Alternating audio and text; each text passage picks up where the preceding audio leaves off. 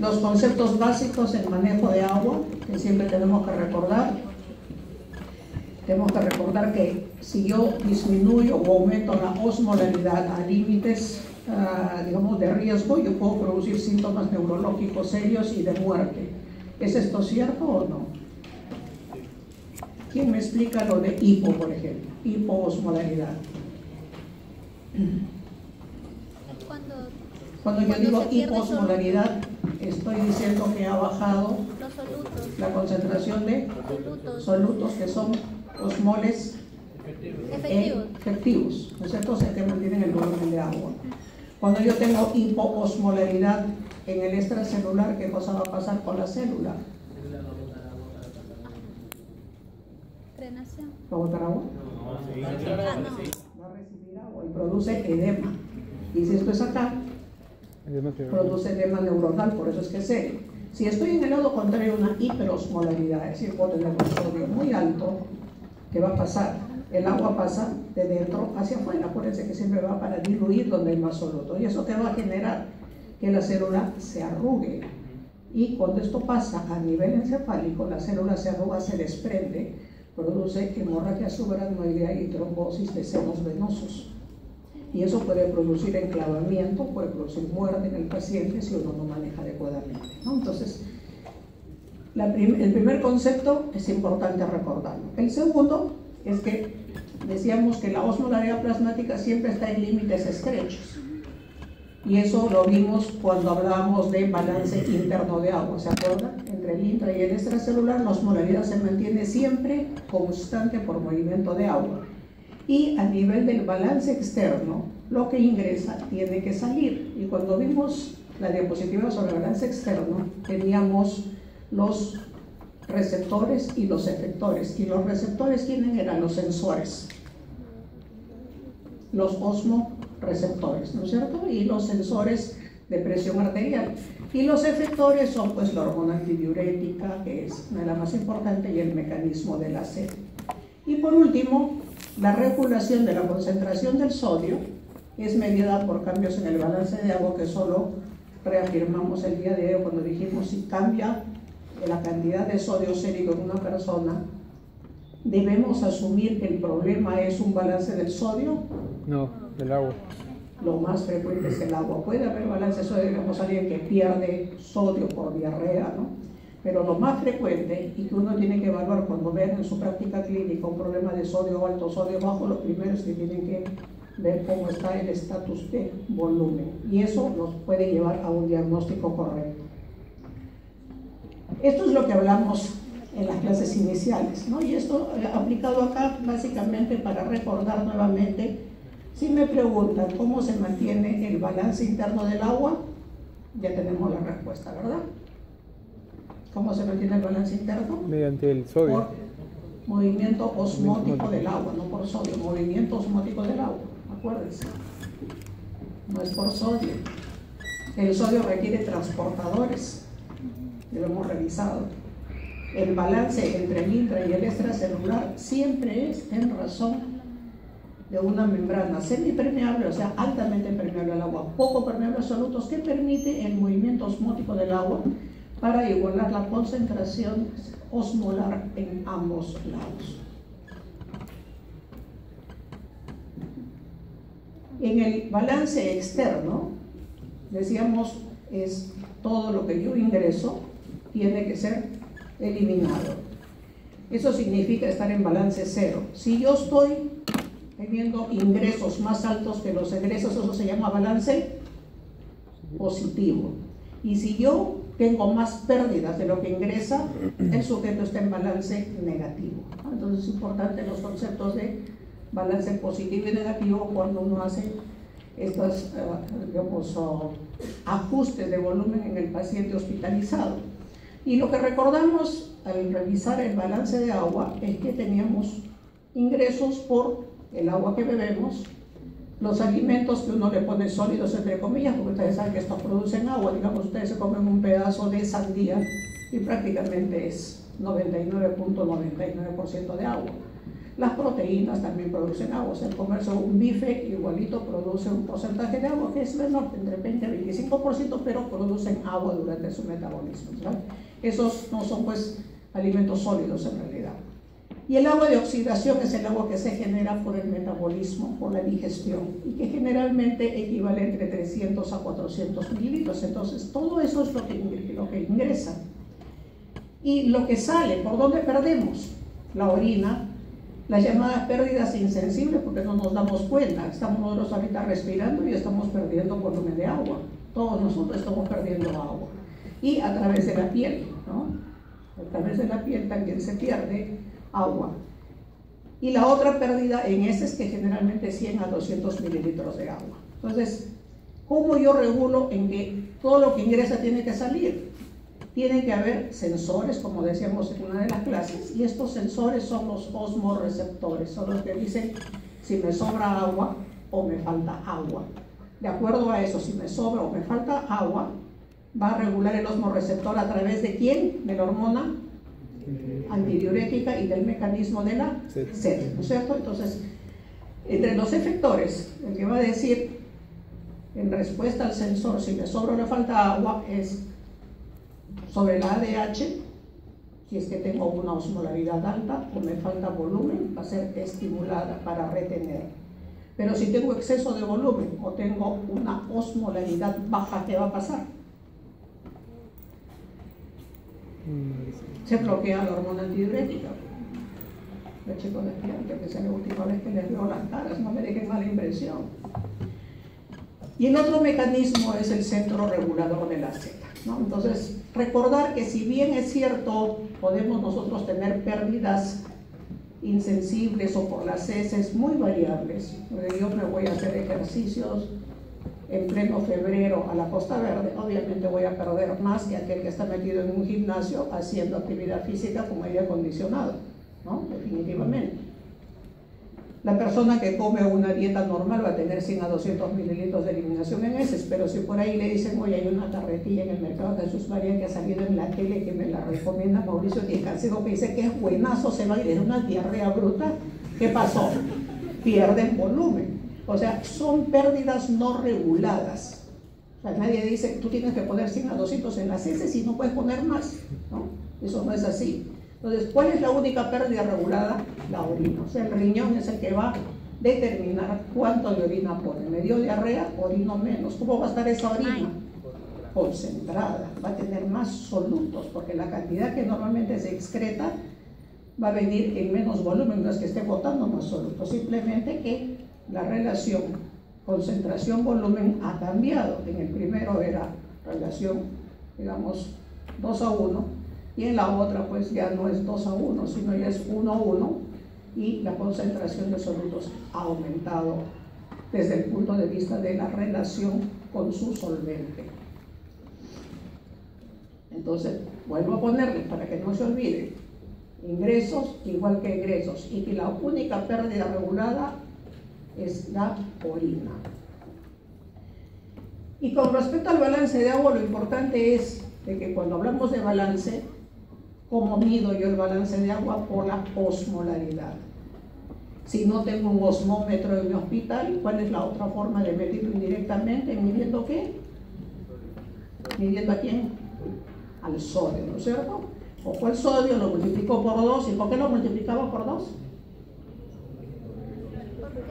Muy bien, porque no está aislado, el sodio es parte de una sal de cloruro de sodio, entonces por eso es que uno multiplica por 2.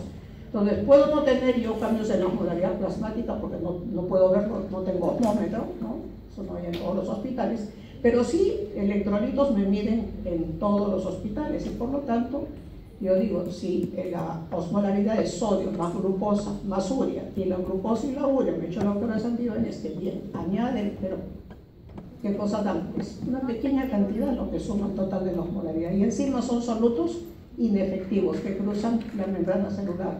Por lo tanto, puedo yo remitirme a multiplicar el sodio por 2 y asumir cuál es la osmolaridad de ese sujeto. Y lo otro es recordar que el riñón puede controlar la excreción de agua independientemente de la excreción de solutos, como vimos al hablar del mecanismo de contracorriente. cuando el riñón tiene que botar exceso de agua porque le sobra, o sea, bloquea la producción de hormona antidiurética y su liberación, no deja de botar solutos, bota la misma cantidad. Y si tiene que botar una orina concentrada, igual la cantidad de solutos es exactamente igual. Y esto les explicaba que era debido a qué. Acá la alumna que siempre está atenta. ¿Por qué era eso? Porque el riñón puede botar agua separado de lo que es solutos.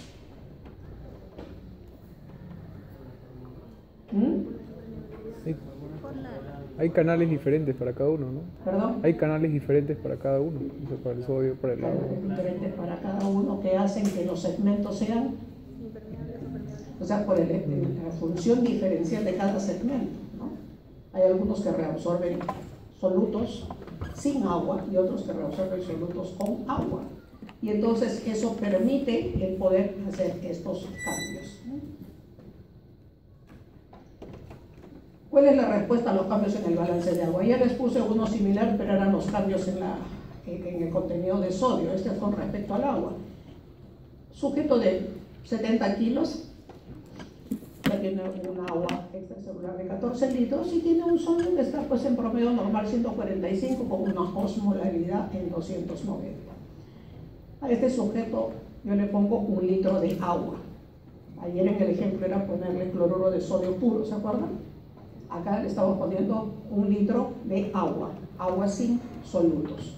¿Qué va a pasar? Voy a aumentar en 1 kilo de peso a la persona y lo que voy a hacer es diluir el sodio, porque el agua se va a quedar en su extracelular, ¿cuánto? 1/3 y 2/3 se van al intracelular. Ese tercio va a diluir el sodio, ¿no? Y el sodio al bajar, va a bajar la osmolaridad. Esto, ¿qué cosa hace? Inmediatamente, ¿a quién le avisa este cambio de la osmolaridad? A la hormona antidiurética, ¿no? ¿Y qué cosa va a hacer la hormona antidiurética? ¿Se va a bloquear o se va a estimular? ¿Se va a estimular o se va a retener más agua? No sean malos, no van a dejar con el sodio bien abajo.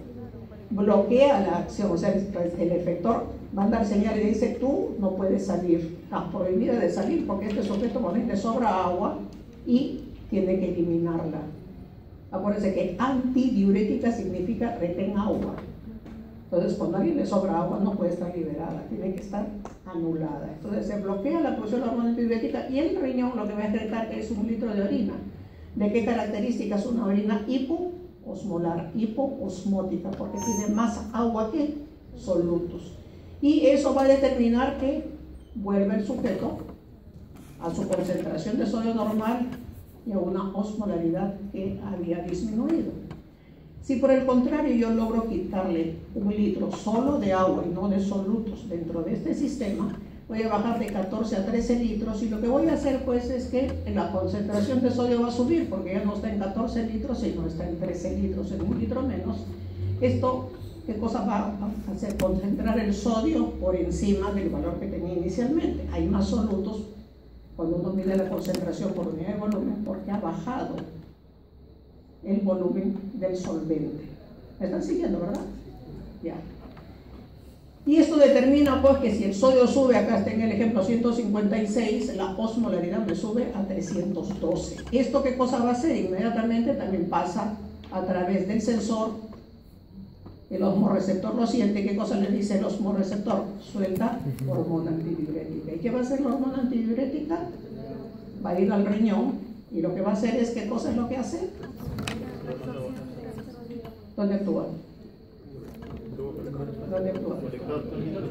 Colector cortical y colector medular. Aumenta la permeabilidad al agua y lo que va a hacer es reabsorber agua.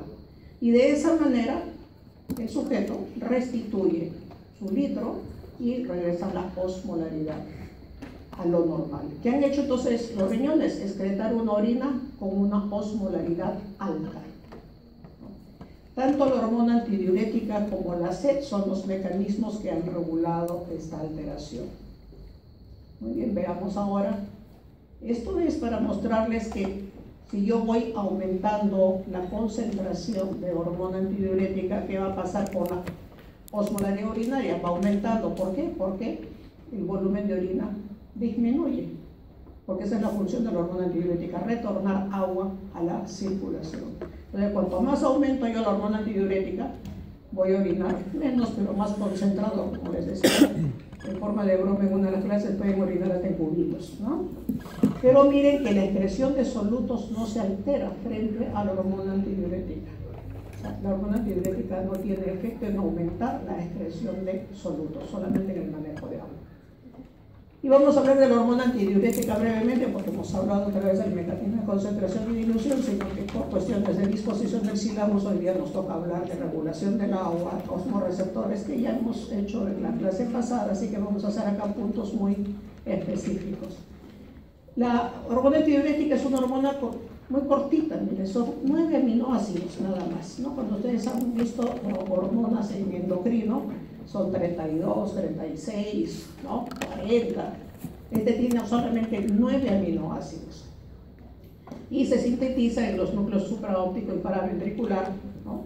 Y en esta zona, cuando se sintetizan, van de estas células, de estos núcleos por las zonas y se depositan en la neurohipófisis, ¿no es cierto? Y de ahí es donde se van a liberar.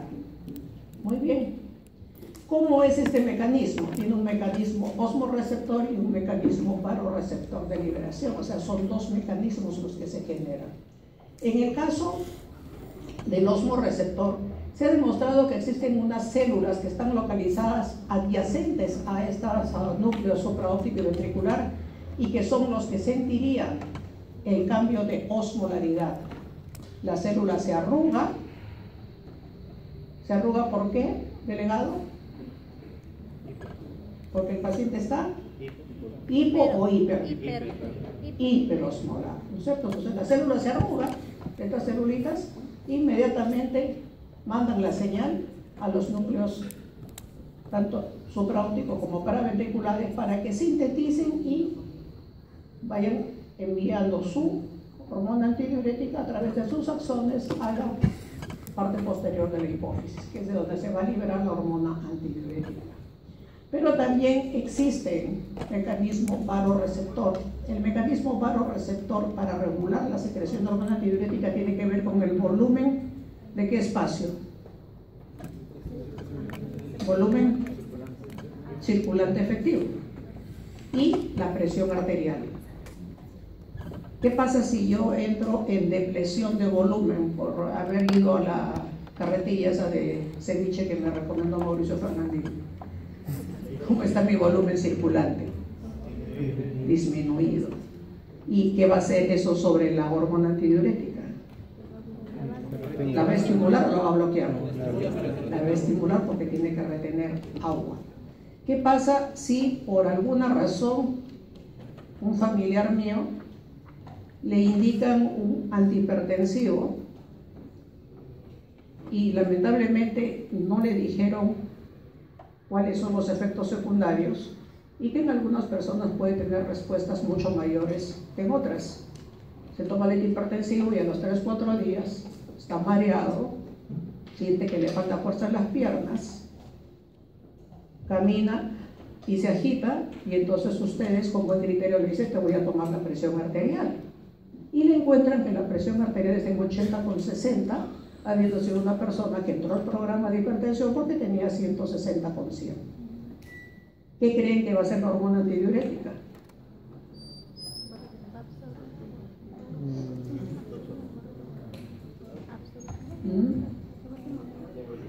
¿Qué cosa es lo que siente la hormona antidiurética? El espacio se disminuye. Cuando hay la presión arterial baja, el vaso está dilatado y el volumen está, el que llega, se siente como disminuido y va a estimular ¿a quién? A la hormona antidiurética. O sea, cuando mi volumen circulante efectivo, mi presión arterial está baja, yo estimulo a la hormona antidiurética. O sea, no solamente es la osmolaridad alta. O sea, hay dos estímulos: estímulo osmótico y el estímulo hemodinámico, ¿no es cierto? Este estímulo hemodinámico está en dos zonas. Los vasoreceptores ya los conocemos. ¿Dónde están? ¿En qué sitio están los vasoreceptores?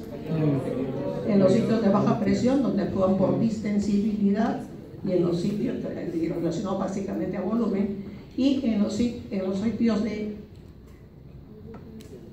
alta presión. ¿De alta qué?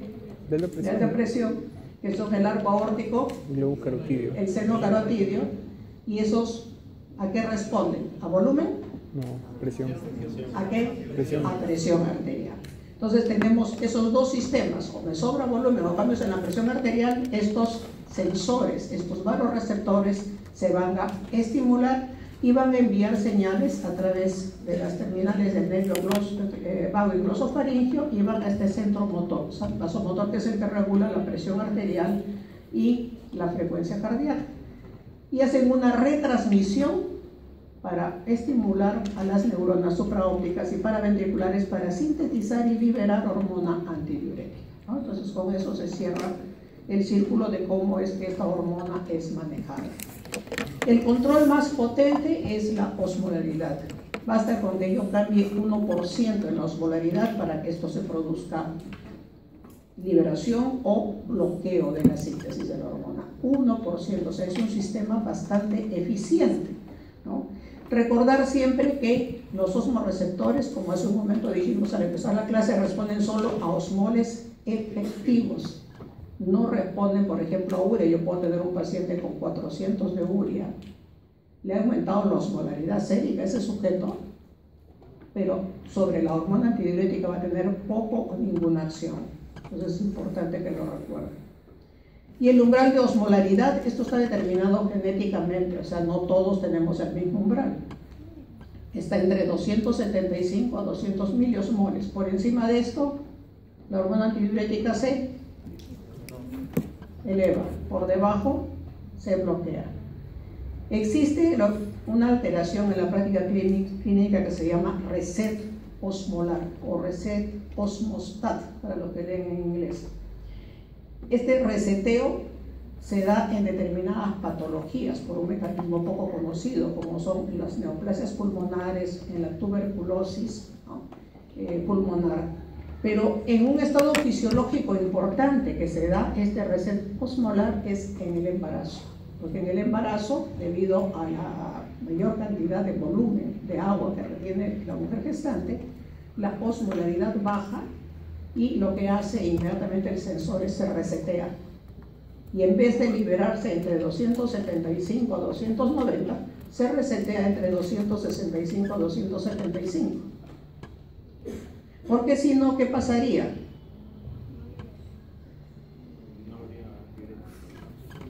Si siente el osmorreceptor, oye, está bajo, ¿qué cosa va a hacer? Va a botar el agua. Y eso no conviene a la gestante porque necesita un volumen circulante efectivo más alto. Entonces, fisiológicamente, eso es lo que se llama el reseteo osmolar que se da en el embarazo. Y esto es lo que podemos ver, ¿no? Es la hormona antidiurética y va a aumentar su secreción conforme uno pase del punto, el set point que le llamamos, de donde dispara, y va a ir subiendo conforme aumente la osmolaridad. Hemos dicho que a través de los receptores de presión y de volumen también la hormona antidiurética es liberada, ¿no? Y también se hace por estos núcleos. Y los estímulos ya hemos dicho que viajan por los aferentes parasimpáticos de los vasoreceptores. Y miren, ¿cuánto de volumen tenemos que perder? 5 a 10%. 5 a 10% de nuestro volumen sanguíneo o 5 a 10% de caída en nuestra presión arterial. Y cuando hablamos de presión arterial estamos hablando de la presión arterial sistólica, ¿ah? Y esto lo podemos ver aquí. Este es el porcentaje de cambio del volumen sanguíneo o de la presión arterial, y conforme va bajando, ¿no?, entre el 5 al 10% ya la hormona antidiurética se libera. Cuanto más es la caída, la liberación es mucho más intensa. Entonces, ¿cuáles son los estímulos para la secreción de ADH? Si me preguntan, son dos. La hiperosmolaridad, que necesita un cambio del 1%, o sea, es bastante eficiente el estímulo, y cuando yo tengo contracción del volumen circulante efectivo o caída de la presión arterial, que debe tener un cambio entre el 5 al 10% para poder, digamos, o estimular o bloquear la secreción de hormona antidiurética. ¿Cuáles son los otros estímulos para la secreción de hormona antidiurética? Que es importante conocerlos. náuseas, dolor y el estrés. Estos dos últimos son importantes que lo vayan grabando porque siempre hay que ver la aplicabilidad clínica. Cuando un paciente es sometido a una cirugía de tiempo prolongado, digamos una cirugía de colon, de pulmón, un bypass aortocoronario o que sea un implante de cadera, son cirugías largas. Entonces ese paciente, aparte del estrés quirúrgico, el dolor hace que se estimule la hormona antidiurética. Si yo aumento la secreción de mi hormona antidiurética, ¿cómo estará mi osmolaridad? Va a estar menor que cuando yo entré a sala. ¿Y cómo va a estar mi volumen urinario? Baja, ¿no es cierto? Baja mi volumen urinario. Y entonces, y no es que quiera criticar a los cirujanos, porque felizmente se equivocan, por eso nos llaman a los nefrólogos seguidos. Por favor, doctor, le llama la enfermera. Su paciente ha salido de sala de operaciones con un balance de más 2,5 litros. Pero creo que ha malogrado riñones porque desde que ha salido hasta ahora son 6 horas y horariamente ha puesto menos de 10 mililitros. Su cirujano aterrado le dice, agarra un clorurito, pone un retito de 100 mililitros, eso es lo que escuchas hablar del retito, lo vuelve a llamar doctor Norino. Ya, pásale 1 litro. ¿Y a qué velocidad le paso? Pásale a 60 cc. Rapidito. 60 cc. Doctor Norina, pásale 80 cc. ¿No? Y entonces, como no orina, le dice, ahora, doctor, no ha aumentado su volumen de orina. Agarra furosemida, es el diurético más potente que tenemos en la práctica médica, pone una ampollita, le vuelven a llamar, doctor, no responde, le pone 2 ampollitas, y como no responden, pásale la interconsulta al nefrólogo. ¿Qué es lo que tiene que hacer el nefrólogo? Me dio osmolaridad sérica, osmolaridad urinaria, esperar tranquilo, y probablemente el paciente va a tener una presión venosa central más allá del valor normal, que es 8 a 10 centímetros de agua. ¿Por qué? Porque está sobrecargado el volumen de ese paciente. ¿Y qué pasó? No recordaron que la hormona antidiurética está altamente estimulada, y lo que hay que hacer es, si el paciente tiene creatinina normal, o sea, función renal normal, no ha sangrado, no ha hecho hipotensión en sala de operaciones, no ha recibido ningún nefrotóxico, tranquilos, no ha pasado nada, no hay ningún evento catastrófico que pueda explicar de que deje de orinar, y esto es simple y llanamente por descarte, una secreción aumentada de hormona antidiurética por estrés quirúrgico. Entonces, eso es importante que lo vayan borrando en la cabecita, sobre todo los que van a querer ser cirujanos, y no es en el retito, póngale otro retito, póngale el diurético, y así al final dice, me doy, llamen al nefrólogo, ¿no? Entonces, esto es importante. Dolor y estrés son fuertes estimulantes de la liberación de hormona antidiurética. La hipoglicemia es otro liberador de hormona antidiurética. Entonces, es importante que eso lo recuerden los pacientes que hacen esta complicación, porque se pasaron de la dosis de hipoglicemia antes, ¿no? Esperar tranquilos a que se le pone glucosa endovenosa si es muy severa, o que toma algo que restituya su glucosa, y recién se preocupan si orina o no orina, porque probablemente van a arrancar a orinar una vez que el nivel de glucosa llegue a sus valores adecuados. También los beta-adrenérgicos y la angiotensina 2, como recordamos, son estimulantes de la liberación de hormona antidiurética, y la nicotina, ¿no? Era clásico en la época que ya era joven, y fumate un cigarrito para que no vayas tan seguido al baño, ¿no? Eso escuchaba uno a los amigos, a los compañeros de la promoción, cuando yo estudiaba medicina, igual que ustedes, que hace una punta de años. Ahora, ¿quiénes inhiben a la secreción de hormona antidiurética? O sea, ¿quiénes la bloquean? La hipoosmolaridad, ¿no es cierto? Cuando yo tengo la osmolaridad baja, significa que me sobra agua. ¿Y qué cosa tengo que hacer? Como antidiurética, ser decente, como está de moda eso de, en política, da un paso al costado y deja que el agua fluya, ¿no? ¿Han escuchado ese lenguaje guachafo que tenemos? Un paso al costado, dejen fluir. ¿Ven mi cosa gracia cómo destrozan el español? La hipervolemia, ¿no? La hipervolemia es otro inhibidor. ¿Por qué? Porque hemos dicho que tanto la osmolaridad como el volumen sanguíneo y la presión arterial tienen que ver con el manejo de la antidiurética. Y si yo tengo exceso de volumen, mis sensores del área de baja presión van a sentir distensión, van a avisar a la hormona antidiurética y la antidiurética tiene que decir, salgo del escenario. Los alfa-adrenérgicos, los glucocorticoides y finalmente el alcohol, ¿no? ¿Por qué será que la cerveza me lleva al baño tantas veces? Será la cebada, ¿no? Y un paciente que dice, doctora, ¿puedo tomar cebada que es diurético? Y yo me muero de la risa, ¿no? No.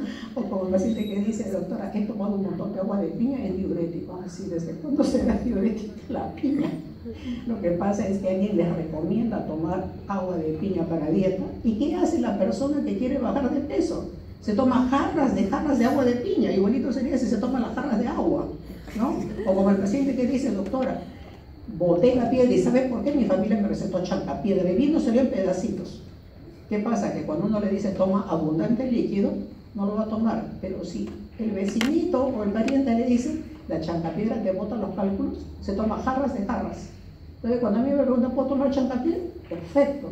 Lo importante es de que yo detrás de esa expresión lo que estoy permitiendo es que me tome abundante líquido.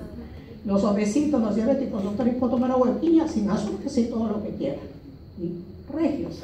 Entonces, ojo con que alguien le diga que el agua de piña es diurético o que el alcohol, la cerveza es diurética, como dicen, pero la cerveza me hace bien a los riñones. Me lava los riñones, dicen los pacientes. ¿Qué me quería preguntar?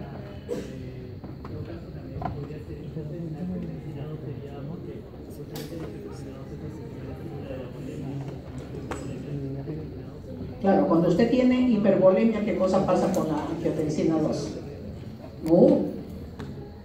El exceso de volumen le bloquea el eje. La angiotensina 2 es dipsogénica, aumenta la sed y además aumenta la reabsorción de agua a nivel del tubo contornado proximal. Además es vasoconstrictora, es proliferativa, es inflamatoria, tiene 50 cosas. Pero para nuestro tema, la angiotensina 2 es dipsogénica, aumenta la sed y aumenta la reabsorción de cloruro de sodio. Cuando tengo yo depresión de volumen, salen los tres chismosos. Y uno de ellos es la angiotensina 2 para aumentar la reabsorción. Pero cuando a mí me zozobra volumen, yo bloqueo todo el eje, bloqueo el simpático. Y por lo tanto, no tengo estímulo para la sed, que es lo correcto, porque no puedo tener sed cuando me sobra agua, ¿no? Y en el riñón, esto ya lo vimos en la clase en que hicimos los mecanismos de contracorriente, así que esto es repetitivo, ya lo saben, espero que lo tengan bien grabado en la cabeza, como era el receptor B2, ¿no? Y aquí lo que hacemos es aumentar el AMP cíclico, activar la proteína quinasa A, y eso qué cosa generaba, esas vesículas que contenían los canalitos de agua que se van al lado luminal del tubo colector cortical y medular. Y además, a través de la adenilciclasa, inserta qué cosa, transportadores para la urea. A1 en el lado luminal, A3 en el lado vasolateral, ¿no? Entonces, importante que cuando estas vesiculitas se ponen, la permeabilidad del tubo colector va a aumentar. A nivel cortical, al agua, y a nivel medular, que ya es permeable la urea, no se olviden, es permeable la urea, aumenta su permeabilidad, lo que facilita el fenómeno de recirculación de la urea para mantener el intersticio hiperosmolar. Y lo otro que hace la hormona antidiurética, aunque en muy pequeña proporción, es estimular la reabsorción de sodio en la rama ascendente gruesa de Henle, el tubo distal y el tubo colector, ¿no? Las cantidades son muy pequeñas, por lo que no es importante en el balance de sodio. Esto es lo que revisamos la vez pasada y aquí está lo que les decía. Los transportadores de urea en la membrana apical, el receptor UAT1 y el otro es el UAT3 en el lado vasolateral. Y para completar el ciclo decíamos de que nuestros sensores que sensan la osmolaridad, nuestros efectores que regulan pues qué cosa va a hacer con la hormona antidiurética, también tienen otro efector que es el mecanismo de la sed, que está localizado también en el hipotálamo, ¿no? En la región anterolateral cercana. En realidad no se conoce exactamente si las células son similares a la de los osmorreceptores, ni tampoco se conoce claramente cuál es el mecanismo por el cual la contracción de volumen o la bajada de presión estimula la sed. Se piensa que lo más probable es que viaje por las mismas fibras del glosofaringeo y el bajo. Ajá.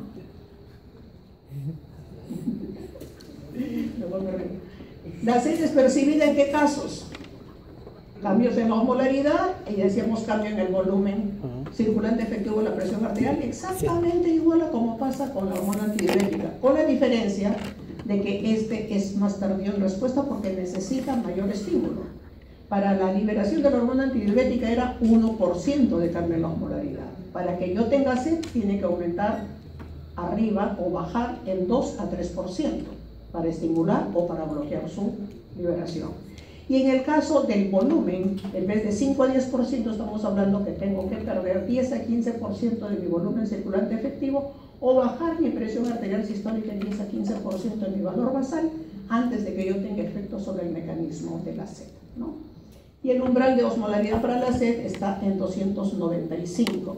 Está igual que el de la hormona antidiurética, está por encima, ¿no es cierto? Porque estamos hablando que requerimos mayor osmolaridad. Y no olvidarnos que la angiotensina 2 es dipsogénica. Muy bien, pasamos a la parte final de la clase para hablar de las hormonas y el riñón.